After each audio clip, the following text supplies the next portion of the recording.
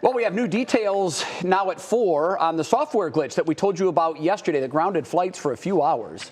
The FAA saying the notice to air mission system went down, which relays essential safety information to pilots on everything from runway closures to construction, military, and space activity.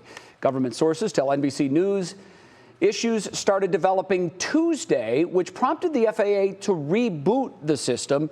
But unlike the meltdown over the holiday, airlines will not be obligated to pay for hotels and meals. Which I think is very interesting because a lot of people immediately assume you should pay for this because we're late. Well, the FAA had the problem. It wasn't the airline's fault. The airlines were victims in it just like everybody else. Okay, then I have a question for you. Yeah. It was the government that told the airlines, well, your system, your meltdown, you make it good. To Southwest you're speaking of. Yes. So why shouldn't the government, whose system crashed and went down, make good for all the inconvenience and mistravel? Well, I think that's an interesting point. I think it's a question of how you do that. I don't know that there could be a class action lawsuit against the FAA. That's a possibility.